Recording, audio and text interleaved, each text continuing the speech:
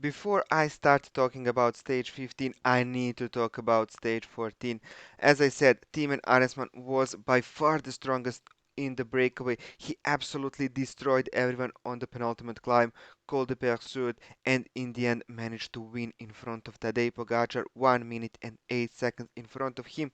Jonas Vingegaard 4 seconds behind Pogacar. Felix Gall with an incredible climbing performance. He is getting stronger during this tour in fourth.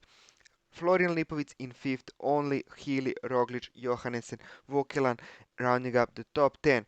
There was a lot of guys in the breakaway, including Lenny Martinez, who managed to get a lot of KOM points, and he now overtakes Pogacar by 8 points. That was a massive stage for the KOM battle, as I was telling you previously. Tim and Arensman also in contention now. That means that stages 18 and stage 19 will be crucial for this battle, but maybe even someone will have to go on a breakaway in stage 20 to secure this jersey. This can go all the way to Paris.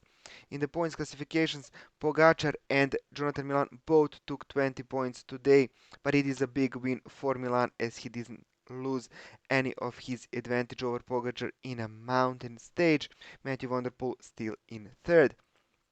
What about GC? Well, Pogacar now even extends his lead over Jonas Vingegaard thanks to those 4 seconds and bonus seconds on the line. 4 minutes and 13 seconds between them now. Florian Lipovic is by far the biggest GC winner of the day. Remco Evenepoel had to abandon the Tour de France. He was feeling really bad even during the start of the Col de Tourmalet. He is now out. Florian Lipovic moves into third and moves into the white jersey. Massive, massive day for Red Bull Bora Hansgrohe and the young German. Oscar only now in a fifth in front of Vokelan, Roglic, Felix Gall, Johannessen and Ben Healy in a ninth. Carlos Rodriguez moving into the top 10, but 23 minutes behind Pogacar. In the white jersey competition, Florian Lipwitz now has 1 minute and 25 seconds in front of only Kevin Vokelan, 2 minutes and 28 behind. But there was an interesting thing happening in the team's classification. This time Narvaez and Adam Yates continued riding all the way to the finish. That means that UAE Team Emirates now cuts their deficit to Team Visma Lisa Bike. Maybe they are starting to gun this competition as well. I will keep a close eye on that as well. So finally, moving on to stage 15 from Muret, 169 kilometers to Carcassonne. We have three classified climbs on the menu. First one coming after the sprint at 72 kilometers from the start. Then the second one is another third category climb.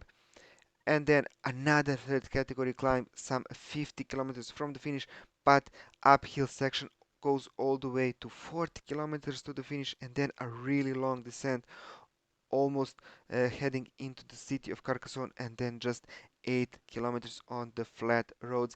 This looks like a nailed on breakaway stage. I think that Jonathan Milan will probably once again try to get in a breakaway, or at least Little Jack can try and pull the peloton all the way to the intermediate sprint, and then we will see some attacks happening. A large group I expect to escape. UAT Emirates, they can take this stage as another rest day.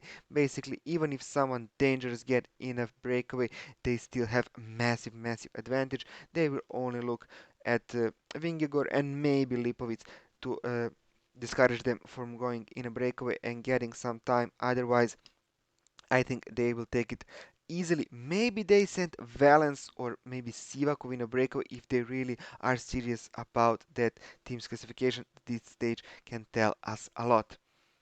And this is how the stage looks on the map. We are now moving east towards the Alps and the Mont Ventoux first. So that means that the stage is mostly going to the east. The weather tomorrow will be much different than it was today. When it was cold and rainy, it will be hot and sunny, some 29-30 degrees Celsius throughout the day, and a strong wind from northwest. That means that it will be tailwind for the most part of the stage, so expect a fast stage for the breakaway guys. And moving on to Bookmakers Odds, but before I analyze them and pick my winner of this stage, I have to ask you for a favor once again. Please subscribe to my channel if you enjoy my content. I'm less than 80 subscribers from my long-lasting goal of 1000 subscribers. So thank you for doing that. Also, don't forget to hit that notification bell so you never miss a preview in my channel. And moving on to cycling talk, bookmakers have Wout van Aert as the number one favorite, then Mathieu van der Poel in second. I'm sure that both of those guys will try to get in a breakaway. Mathieu van der Poel should probably try to get in a breakaway with another rider from his team, let's say Sandro Maurice, to help him control the action. Then I can see Quinn Simmons and Arnaud Delis, maybe Bini Girmay as well. Axel Laurence, it is a good stage for him because of that long descent. Even if he gets dropped on one of the climbs, he can always come back and try in a small bunch sprint. Romain Gregoire going under the radar for so long after having an incredible season, always have to go on the attack now.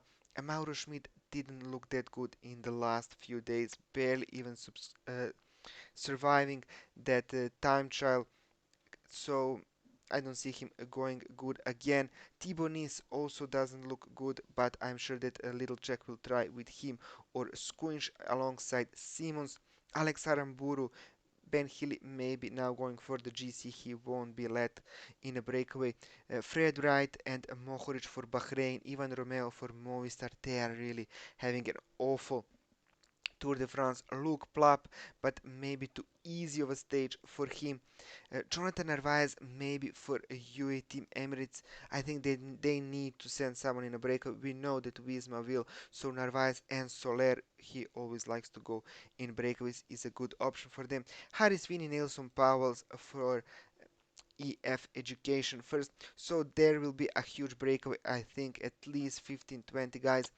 But who will win in the end? I think that this time it's Mathieu van der Poel. He won't make the same mistakes as he did in stage 11. He will be in the front group from its inception, and then he is going to win a bunch sprint. So he is my pick for stage 15. That is all for this preview. I hope you enjoyed it. If you did, give me a like. Have a great day, and I hope to see you tomorrow for my preview of another mountainous stage to move on to stage 16. Bye!